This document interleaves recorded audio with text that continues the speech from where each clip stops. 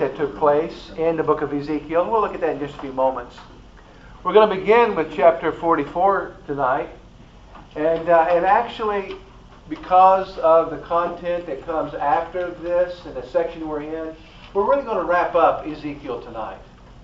There's going to be a couple of chapters we're not really going to deal much with. I'll give you some of the summaries of what's going on in those chapters. But from really chapter 40 to 48, it deals with what many believe to be the millennial temple and the exercises that will be going on during that time. So that's yet future. The passage in chapter 44 that I want us to deal with specifically is verses 1 through 3. Those verses are quite important, and they've been misunderstood in many respects. And I'd like for us to kind of deal with those as best we can. Okay? So with those things mentioned, let's begin by looking at chapter 44, verses 1 through 3. We'll look at the first verse to begin with. Then this is going to be the Lord. Then he brought me back by way of the outer gate of the sanctuary, which faces east, and it was shut. Okay? Now, we talked before several times about the eastern gate, the golden gate, as it was known, or also known, as being a very important one, because it is the gate that if you're coming off the Mount of Olives down to the Kidron Valley, coming up, that's the gate that's there. And that gate is blocked up. It's sealed. Now, the actual gate of Jesus' day is underneath that. Now, that may be a surprise to a lot of people. It's surprising when you go to the Temple Mount and you go in actually kind of under and behind it. It's been excavated down because the first century architecture and streets and all that kind of stuff is actually below the surface of the dirt that you see there now. As a matter of fact, the first century really pavement, rock that was there that Jesus actually walked on, it was about, 50 feet, 75 feet underneath the surface. And it's been excavated down that deep. So the temple wall of Jesus' day is actually down underneath the current level of that area. That may be surprising to many people. So the eastern gate that's there now is not the eastern gate of Jesus' day. It's underneath. It's submerged. And you can go back inside of the temple area, and you can look at, I've told you about the big massive stone that was in the wall there. You see it. You can still see it there. But it too is submerged. It's underneath. The ancient world, the way it worked, is when an army would come in and destroy a city, destroy a village, subsequent generations would build right on top of that. Have you ever heard of the word tell? Now, I'm not that you tell somebody something. A tell is you can see these. They're mounds. And underneath those mounds are actually the remains of different periods of history. Archaeologists, what they do is they begin removing layer after layer, and they can tell you, because of their craft and their studying it, they can tell you different periods of history, and they're able to do that kind of thing. Have you ever been to Cahokia mounds? Yeah. You know what I'm talking about? Well, not the big mounds per se, but off to I think it's kind of to the south. There's a bunch of smaller mounds. Well, those mounds are actually graves, and they were built, and as subsequently time comes, and more accumulates on top of it, and that kind of thing. So anyway, that's what a tell is in the Middle East. It is a place that was a town, and you have to dig down to find it because of subsequent debris and that kind of thing. So Well, if you go to Jerusalem, if you're going to Jerusalem, one of the fascinating things is you want to go underneath the Temple Mount. Because that's the first century. That's, if you want to see what Jesus saw, the disciples saw, the people experienced, that's where you find it. It's down. And it's been excavated. So, as a matter of fact, in the area that Jesus was probably tried is down, much further down than it would have been, of course, in the first century. So, but beyond that, so he brought me back by the way of the outer gate of the sanctuary, which faces east, and it was shut. And the Lord said to me, This gate shall be shut, it shall not be opened, and no one shall enter by it. And here's the reason. For the Lord God of Israel has entered by it, therefore it shall be shut. Okay? And we're going to pause right there for a moment. Why is this gate shut? It's because God passed through this gate. And because God passed through this gate, it was now shut, so no one else was going to come through it. Then in verse 3, As for the prince, he shall sit in it as prince will eat bread before the Lord. He shall enter by way of the porch of the gate, which shall go out by the same way. In other words, he's not going through the gate, he's going around by the gate on this particular porch area. Who is this? I don't know. I really don't know who this prince is. Some rabbis believe it was going to be a resurrected David. But the word used here is prince, not king.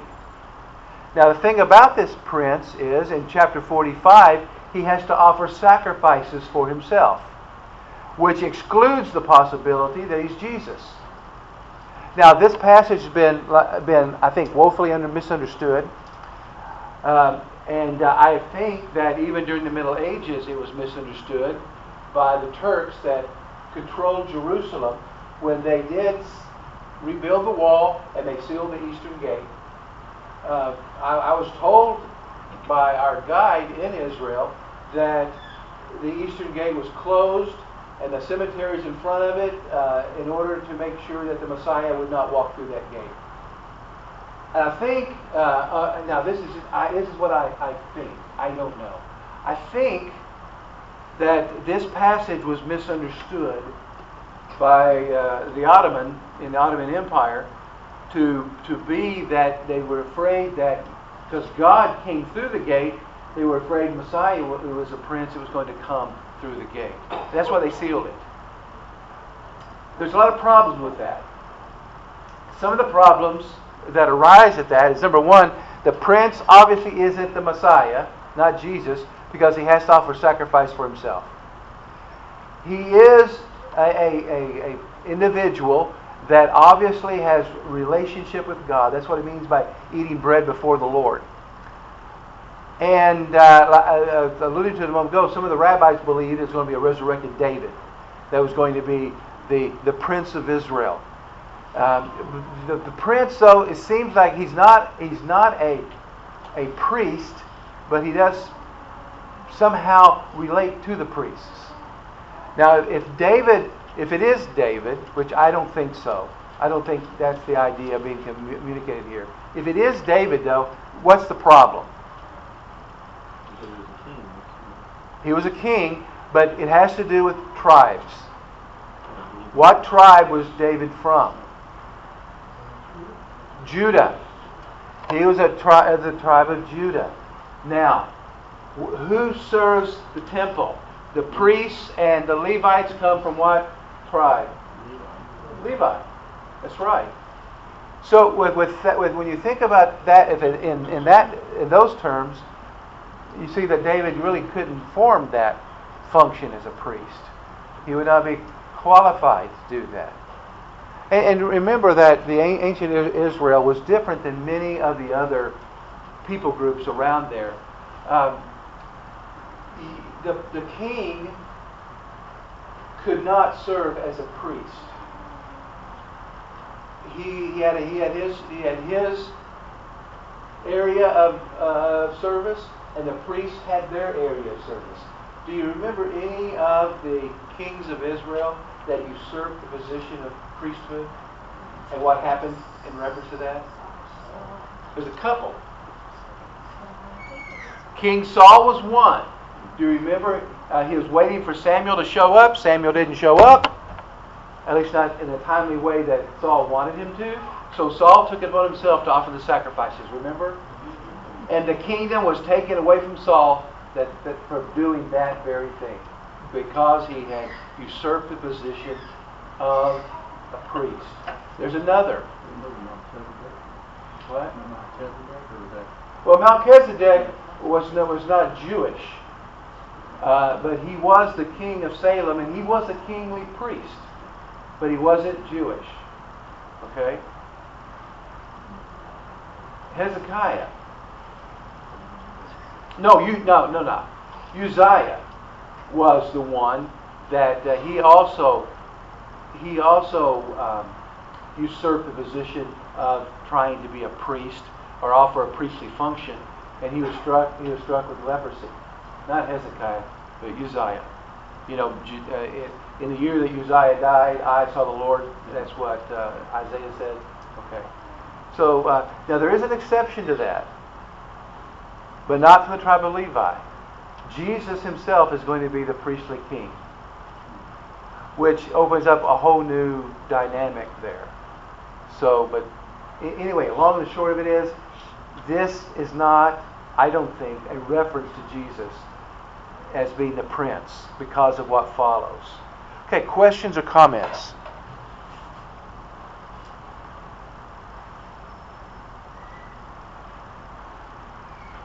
All minds clear? Is he saying that the gate's closed forever, or just till?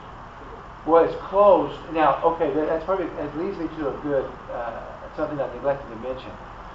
It's not just simply where is it, when is it? When is this?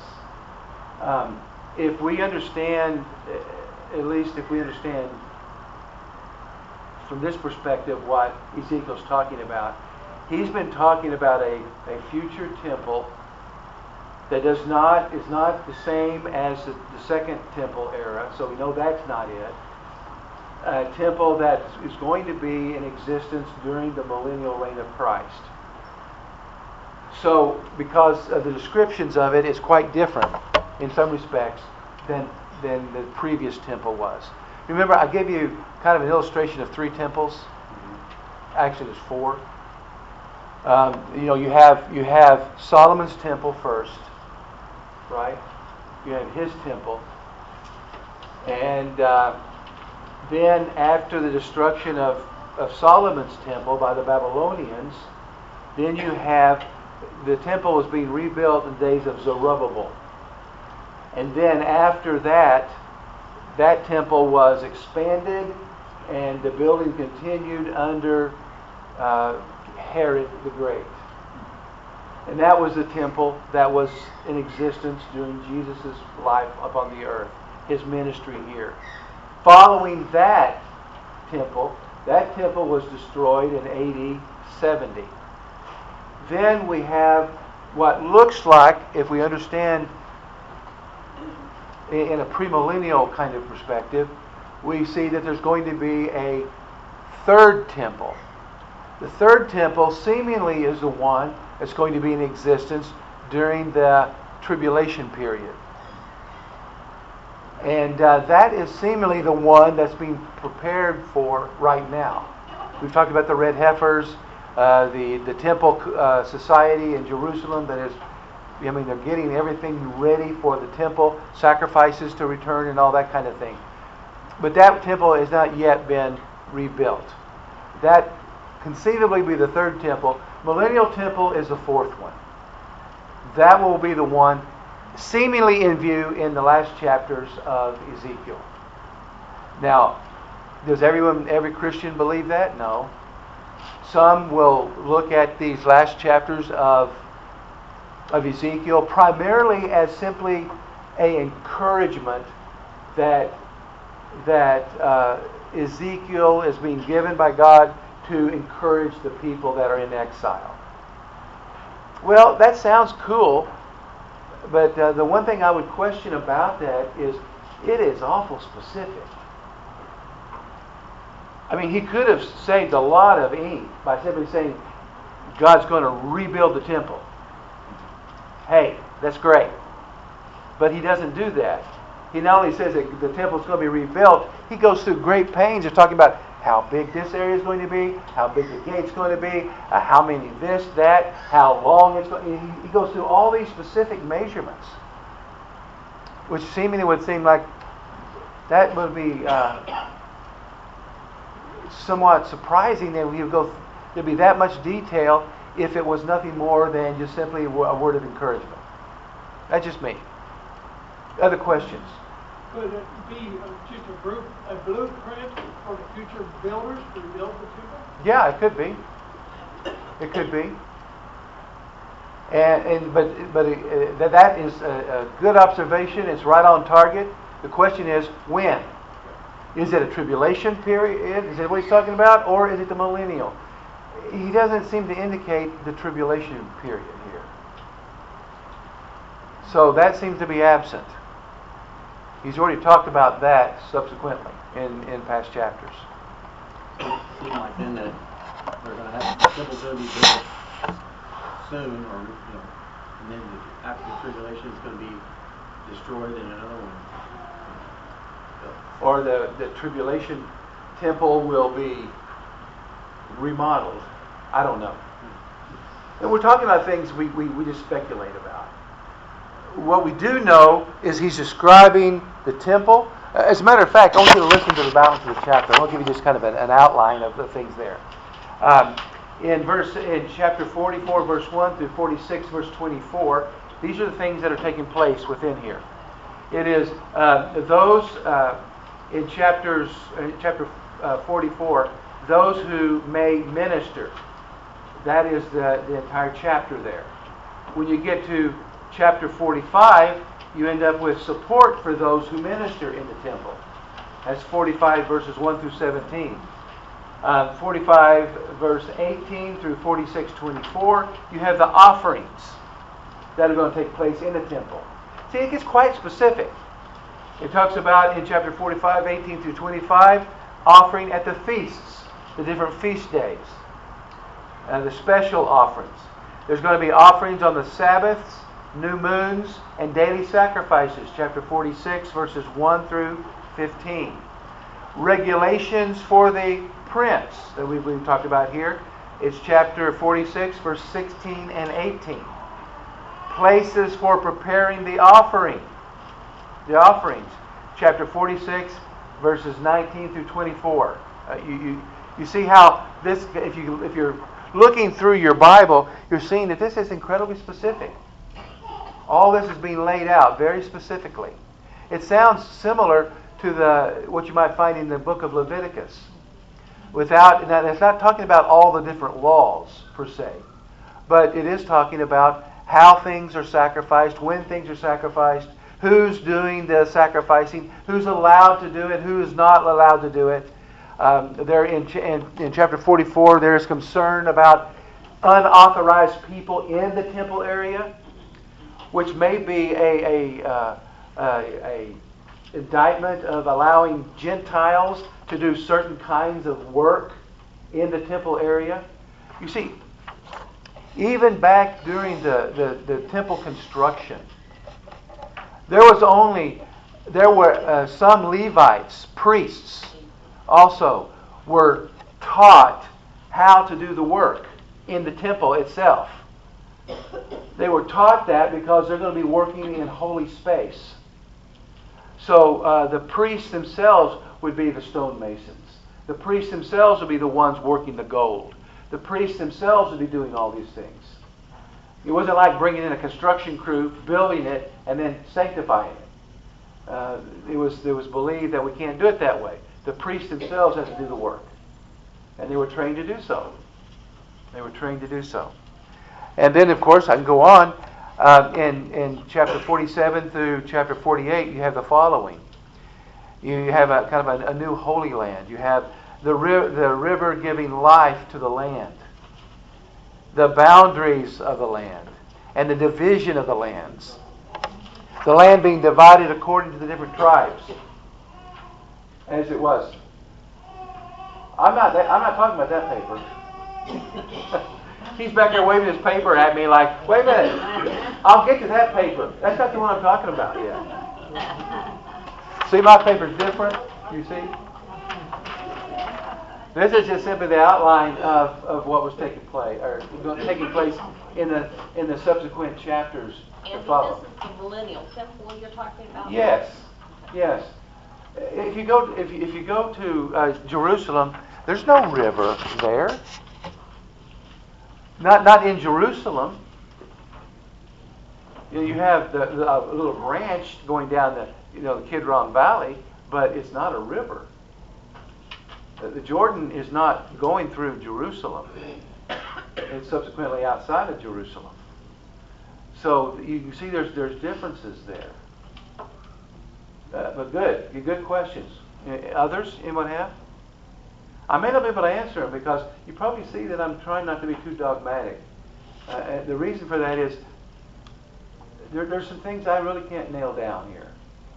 I can't nail down certain things. One, the description that he's given is not of the second temple. It's just not. The measurements are different. They're wrong. They don't fit.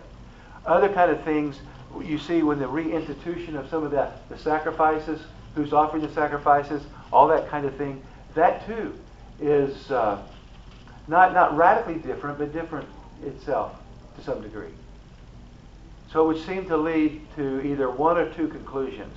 One conclusion, we're talking about a future temple with the restoration of the sacrifices and the temple service and the temple worship, or it is simply symbolic.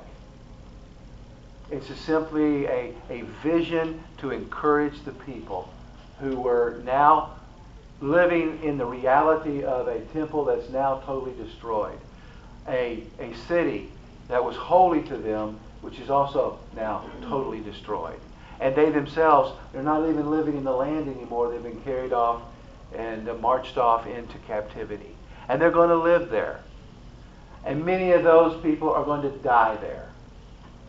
Not in their own land, but they're going to die in a foreign land.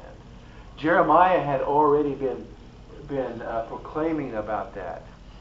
He was telling the people, listen, you need to surrender to the Babylonians, go live in Babylon, because you're going to be there for 70 years.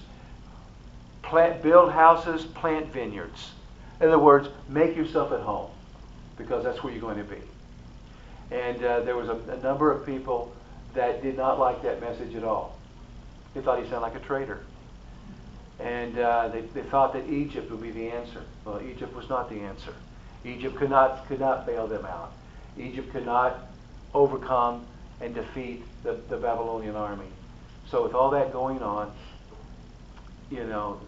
so it does seem to me that one of those two options is the correct one. I think it's the first one I mentioned. He's talking about a literal temple. He's talking about a future temple. He's going to, and that too raises all kinds of questions that I cannot answer. And why, if the millennial kingdom is when Christ reigns, why do we need it? Why do we need a temple? I mean, really. Except he's going to be reigning from Jerusalem. Why would we need one? And why would there be sacrifices? He is the final sacrifice, is he not? So I can't really deal with some of these peripheral questions that these things raise. And so you probably can ask questions that I simply just cannot even begin to deal with. Just what I know is what we read. Okay?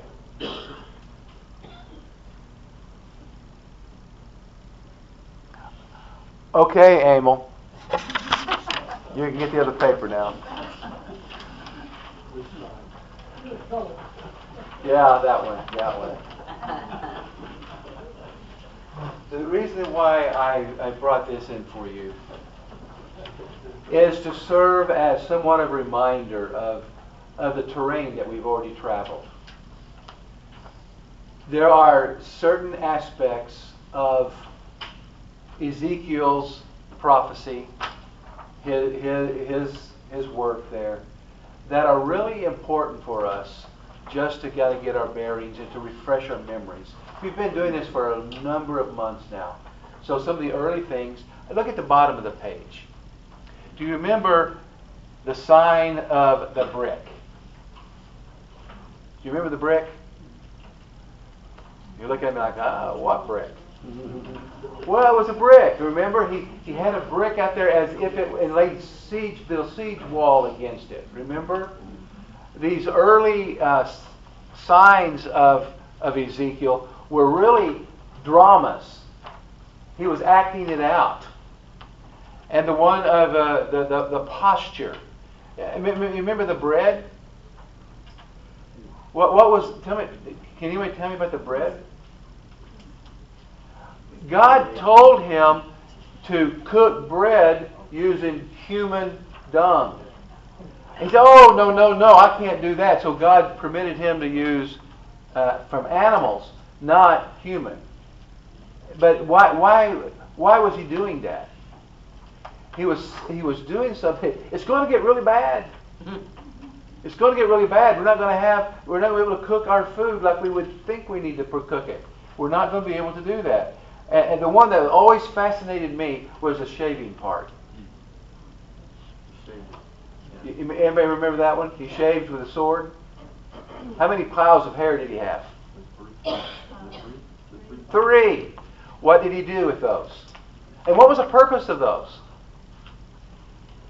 Again, this is. Yeah, there was. He took one of the piles. He took it and threw it up, and the wind carried it wherever the wind would go. He burned a pile, and what did he do with the third one? He chopped it up with a sword. And you wonder, why did he do those kind of things? Well, he did those kind of things because the prophecy he was given, he was acting it out. And people are going to remember that. Like, do you remember what that crazy guy did? And then, of course, packing of the prophet's belongings. And it doesn't say this though, but that's when he packed his suitcase, tore a hole in the side of his house, threw out the suitcase, and chased it out. Gather a crowd. He's going to do something crazy. He's been doing all kinds of crazy stuff, and then that's what he did. Now, what would you think about those kind of sermons? You do remember them. You do remember them. When I was a student at Midwestern Seminary, First Baptist Church Raytown, it's in the Kansas City Metroplex. It was not a mega church, but it was a larger church. That's kind of the days before there were such things as mega churches. Anyway, Bailey Smith. Anybody recognize the name Bailey Smith? Well, you're in for a treat. Bailey Smith was holding a revival there at First Baptist Church Raytown. And so Tara and I went down to listen to Bailey Smith. Now, Bailey Smith came to campus and he spoke during one of our, that was back in the 80s. There was a lot of tension going on. We was in the middle. Southern Baptists, we find ourselves in a fight almost all the time. But there was a good fight going on about the nature of Scripture. Was it inerrant or was it not? Was the Bible the Word of God or did the Bible contain the Word of God? And that was the battle going on right then. Well, Bailey Smith came to campus. He was invited by a student group, not by the faculty. And I only remember 2 professors coming to listen to Bailey Smith preach. But anyway, a couple of them did. And anyway, he's going to be preaching that night at First Baptist Raytown. So Tara and I went. And I didn't know really what to expect from Bailey Smith. But he was a very dynamic preacher. He was a pastor for a number of years at First Baptist Church, Dale City, Oklahoma, a suburb of Oklahoma City. And for I knocked this a week. Sunday morning, Sunday night, Wednesday night. Someone or people were saved every single time he preached. That was just Bailey Smith. So, I remember, talking about remembering, I remember that sermon. The sermon's title was Judas's Kiss. And he was very dramatic. I mean, he was puckering up all the time, kissing. He'd get down on one knee. He was all over the platform. Very, very demonstrative. In his presentation.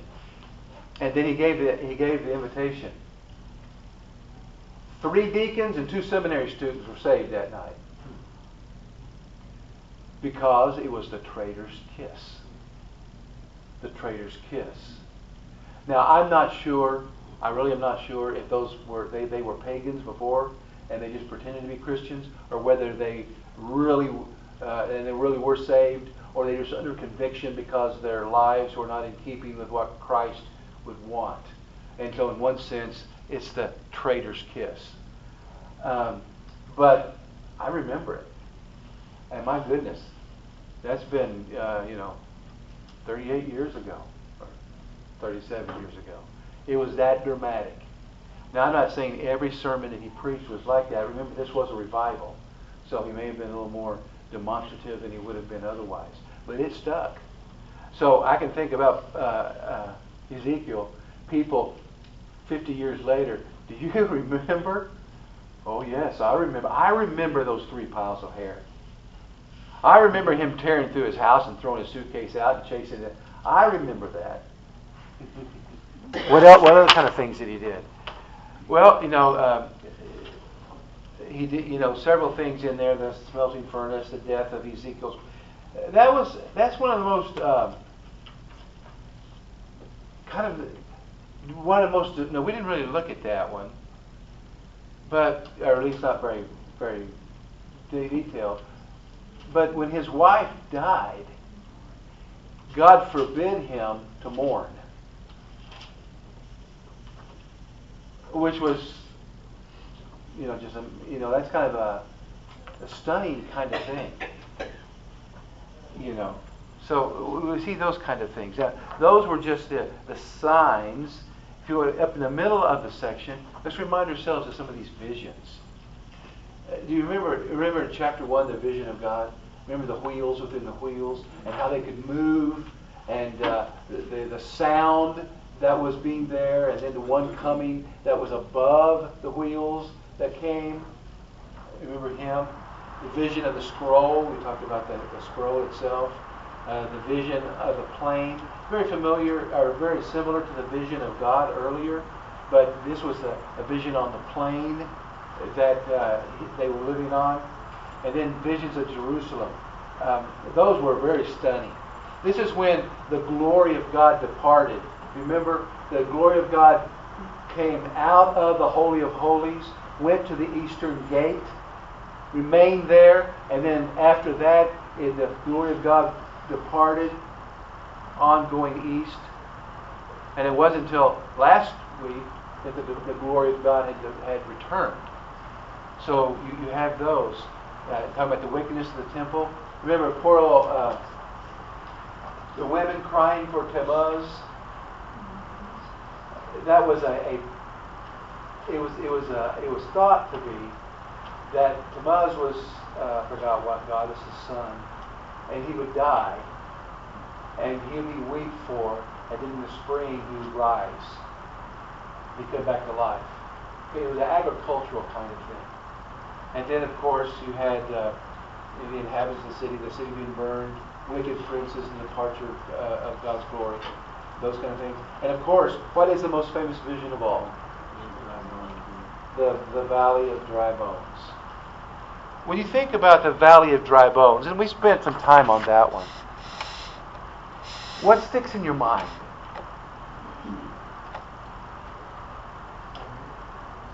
What? Yeah, it was, the whole valley was filled with, and they were very, very dry. They weren't fresh bones, they were dried bones.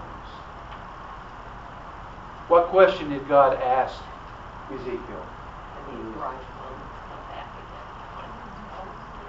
Yes. Ezekiel, son of man, or in this sense, human being, can these bones live? What was Ezekiel's response? Lord, you know. That's a good question. That's a good answer. Because Ezekiel didn't know. And then the bones came together. What happened next? Flesh put on them, but they're still dead, right? Until God puts breath into them. And remember the Hebrew word for breath is also spirit. Same word, ruach. Okay. So I don't know. That's pretty fascinating when you remember back that. And of course, in what we've been dealing with here, the vision of the new temple, the new worship, and the restored land. All of those kind of things. Another thing to kind of keep in mind, at the top of this, you have a timeline. I know this doesn't mean that much to that many people. But the timeline is very important because it sets the book of Ezekiel in a historical context. In other words, it didn't happen in a vacuum. Sometimes we read things like this as if there was nothing else going on around them. Nothing else going on in the world. But there was a lot going on. Jeremiah begins, you notice there, his prophetic ministry in 627 BC. Okay? And the thing about BC is the numbers get smaller the closer you get to the birth of Jesus. That's always good for us to remember that.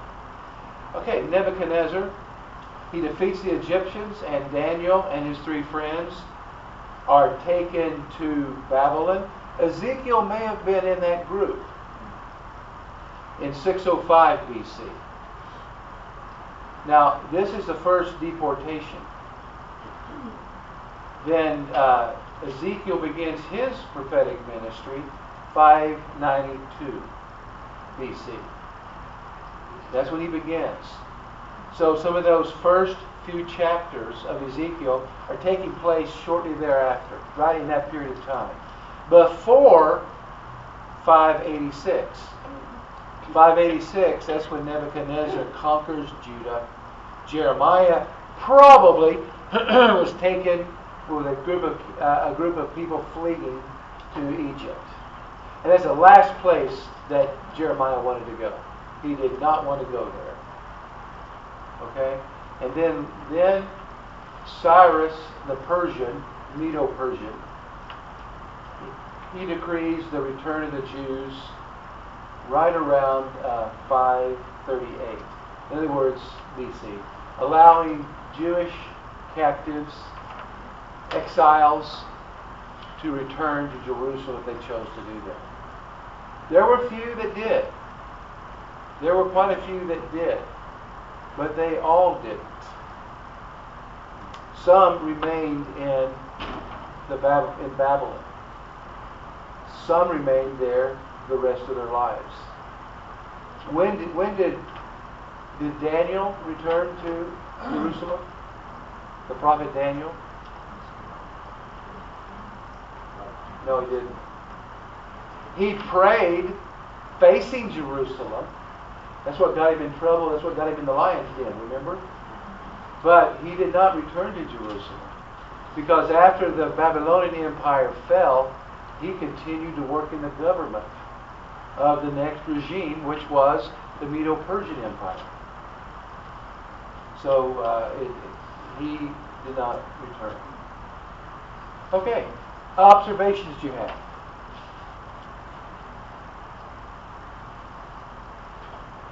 When the Israelites went to Babylon, I mean, it doesn't sound like it was all bad. They weren't just slaves. It sounded like they were able to make a new life. They were able to do well. You familiar with the book of Esther? When did that take place? During the exile. Now, it wasn't the Babylonians now, but it was Artaxerxes, which was the Medo-Persian leader. So many remained there. Daniel's position of service to the Babylonians, beginning with Nebuchadnezzar and into the time of Cyrus, that whole historical period, Daniel lived quite well. He was serving the empire. He was really, and his three friends, we lose sight of them after chapter 2 or 3 of Daniel, Shadrach, Meshach, and Abednego, but they too were serving the Babylonians. And when you get into Esther, Esther ends up being queen, and her cousin Mordecai, remember him? Quite a fella. And he seemed to be doing all right. So no, they weren't slaves. They just fit into the fabric of to some degree, the fabric of the empire. And so some of them took Jeremiah's words to heart. They did, and settled in. They maintained their Jewish identity, which is also very important, but they still lived seemingly, in many cases, quite well. Quite well. That's good. Other observations?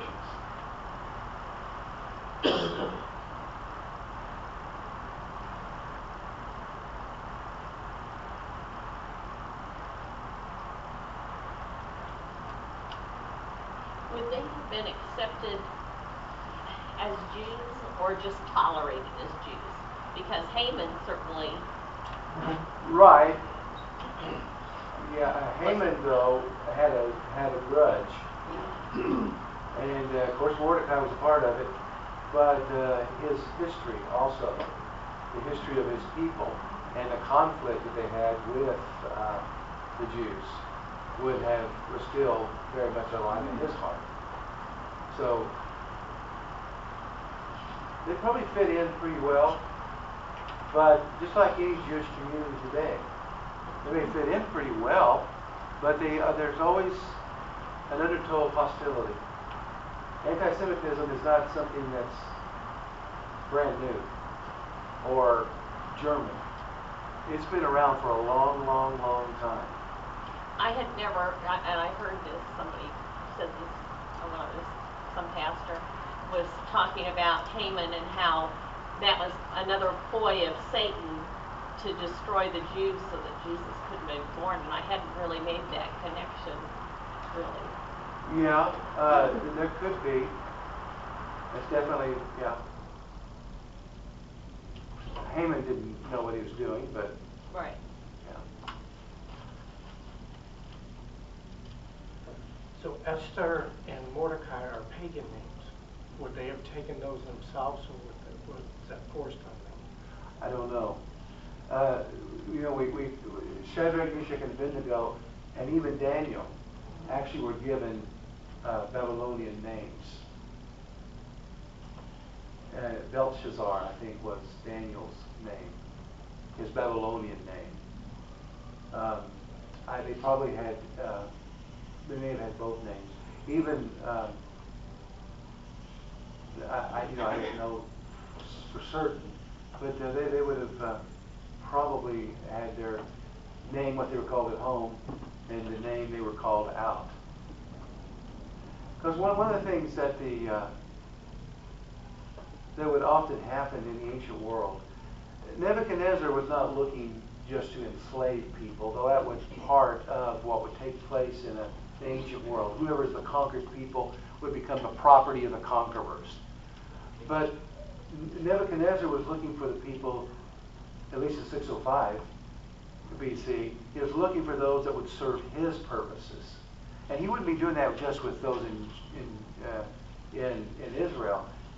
All the different people groups that he conquered, He'd be looking for the cream of the crop for his benefit, to serve him, which is wise if you think about it. And so you know, some of those details I'm just not aware of, but they probably had their names changed, at least to some degree. Yeah, Esther was Hadassah. Yeah, that's right. So that, and sometimes, you know, people are known by a certain name at home, and maybe by a different name out. Tara's aunts all go by their middle names in the family. Outside the family, they go by their first names. So it takes you a while to figure out who's who. Just the way it works.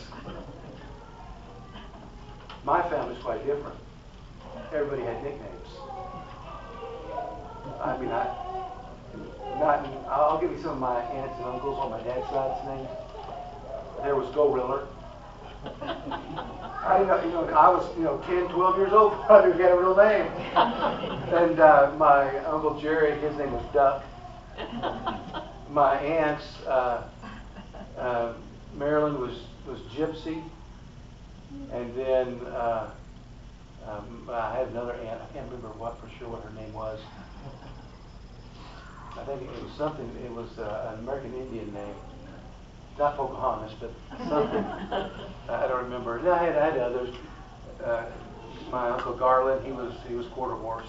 And so that's how. I mean, seriously, that's how we talked about each other. We all had nicknames, you know. We want to Ray. know what yours was. I had several. You know, depending on who was doing the calling. But I had my one uncle. His name was Ray, but we called him Jim Crow. So I knew, we talked about it. We knew who Jim Crow was. Nobody else would probably. But anyway. So there would be some of that. And you're right, Esther did have more than one name. For sure. Other questions? We'll go to the New Testament next. We've kind of been in the Old Testament for quite a while. We've been in Isaiah and also now Ezekiel. But we'll move to the New Testament, and we're going to spend some considerable time in a couple of Paul's letters. The church that no seminary student would ever volunteer to pastor. First and Second Corinthians. First and Second Corinthians. We'll dig into that. Well, is it going to hurt your feelings if I let you go 8 minutes early? Any protesting? Okay. Thank you for that. It's been quite a journey to Ezekiel.